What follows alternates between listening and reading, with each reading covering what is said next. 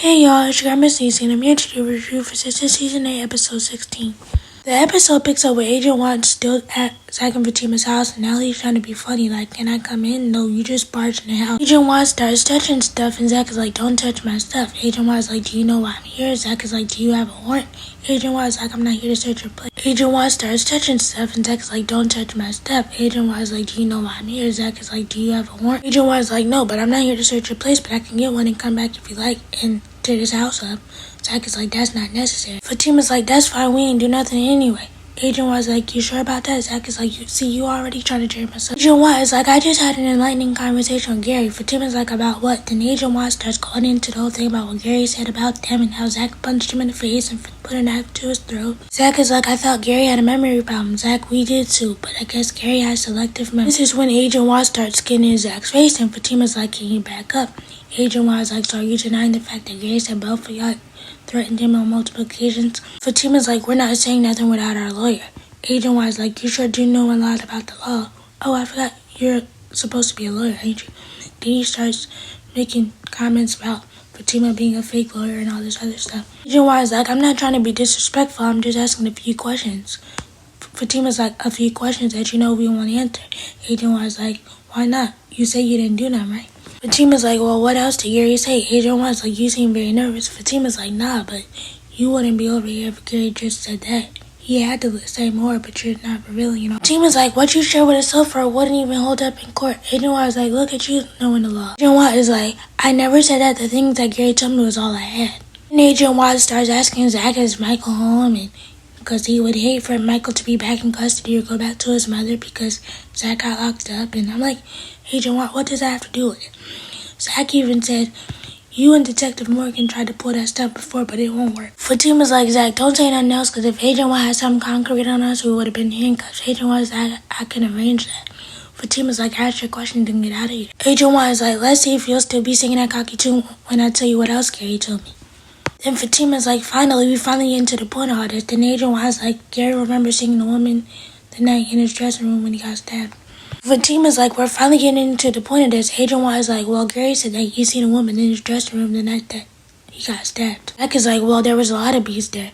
Agent Watt is like, well, when I showed Gary the picture of Fatima, he only had a volatile reaction. Zach is like, we ain't stabbed nobody. Agent Watt is like, you keep saying that. What makes you think I won't haul y'all behind to the station right now? Zach said this, and then he walks over to the suspect board, and Agent Watt is like, what's this? Zach is like, they must be really wasting my tax dollars if you don't know what a suspect board is.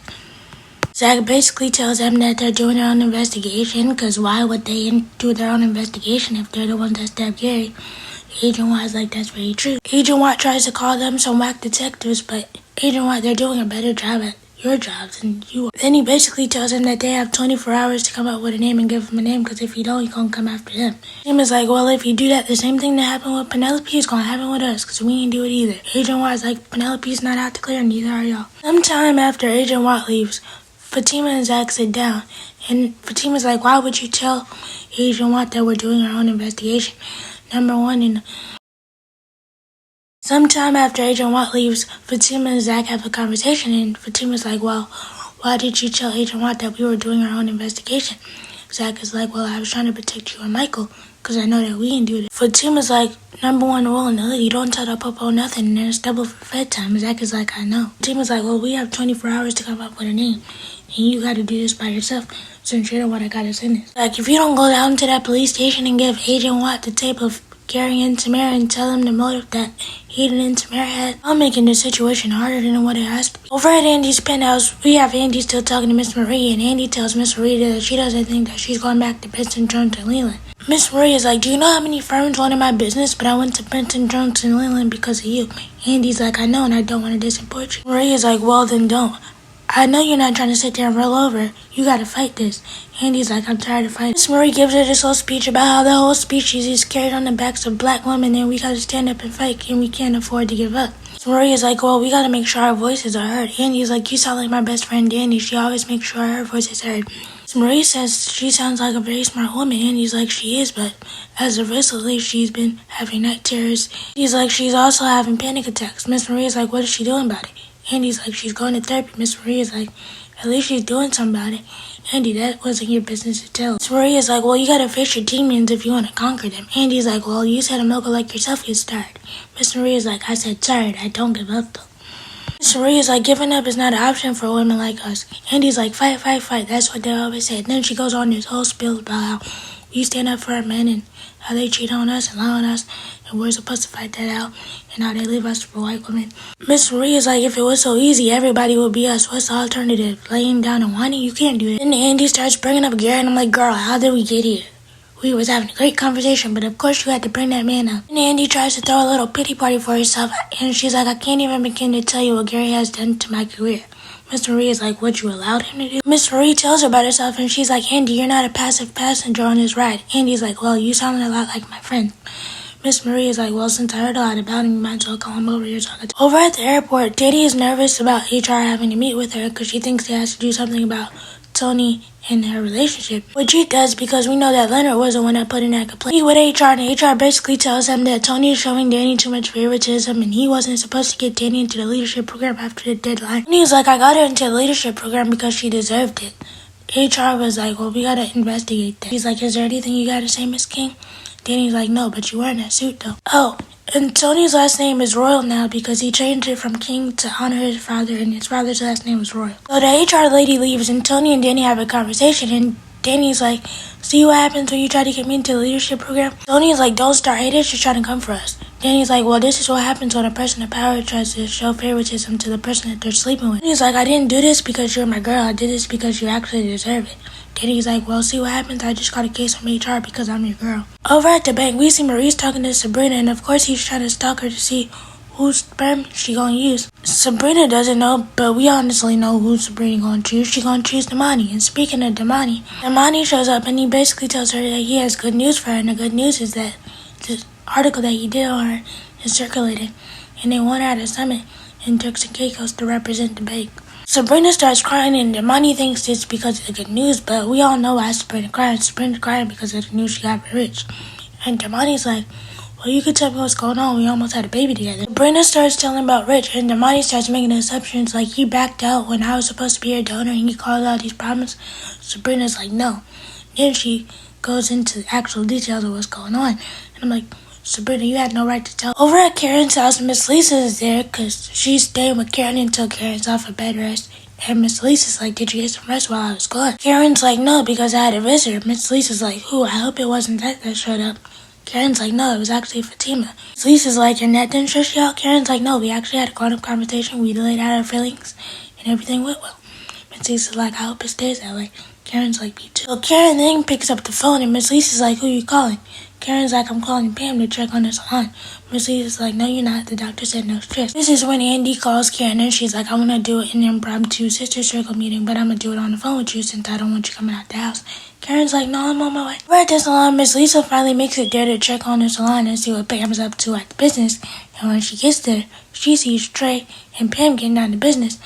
And Miss Lisa cusses them. Pam is like, please don't tell Karen. Miss Lisa's like, so this is what you do when Karen's gone. Pam is like, no. We're just trying to spice up our relationship. Pam, there's nothing wrong with spicing up your relationship, but don't do it on the clock, especially at the business that you work at. Over at the juice bar, we see Rich, Jordan, and Penelope talking, and Penelope's talking about how she doesn't want to go back to jail. And it's like, you're going to be fine, I promise.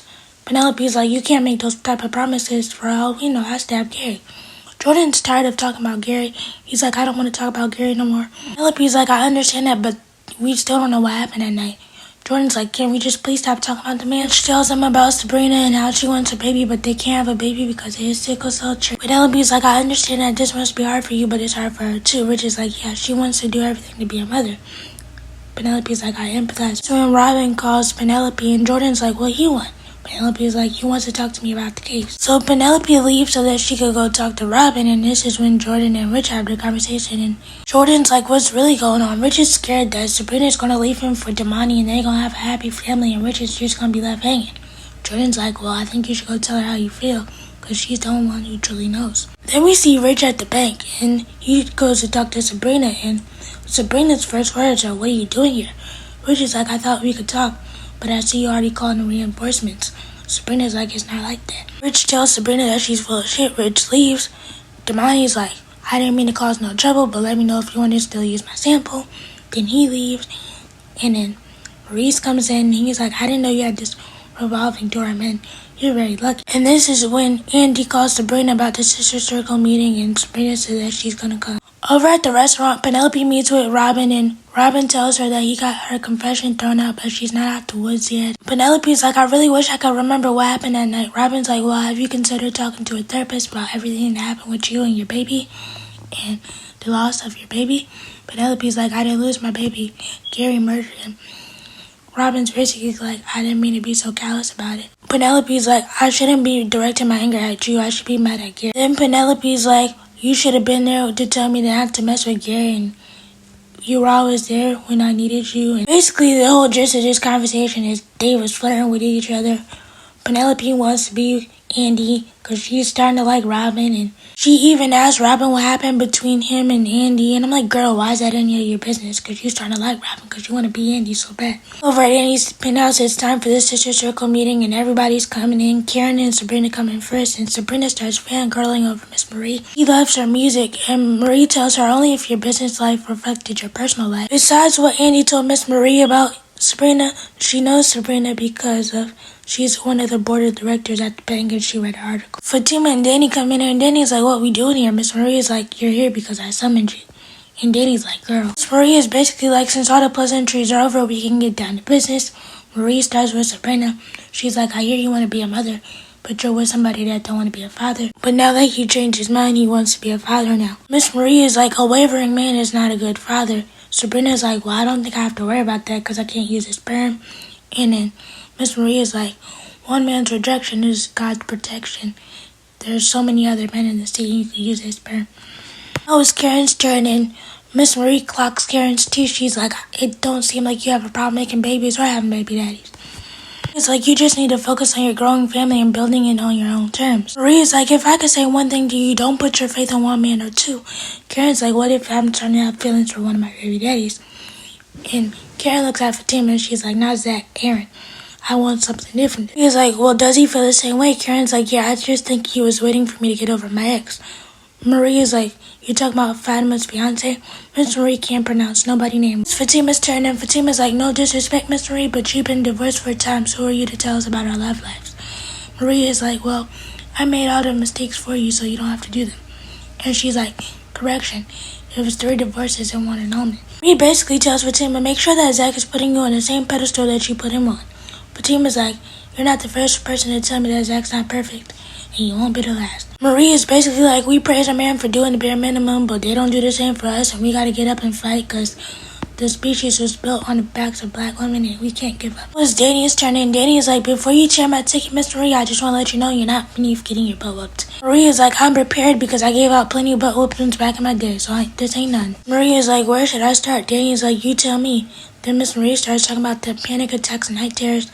She's like, I do want to commend you for getting help, because a lot of black people don't do that. Marie takes the time to speak life into Danny. She's like, you're worth it, you're important, you're irreplaceable. And Danny's like, thank you, butt whooping rescinded. I really hope that the ladies take heed to everything that Miss Marie was saying, because she actually gave them some truth and some real knowledge. Let me know what you guys think about the episode. Please be sure to like, comment, subscribe, turn on your bell notifications. Bye!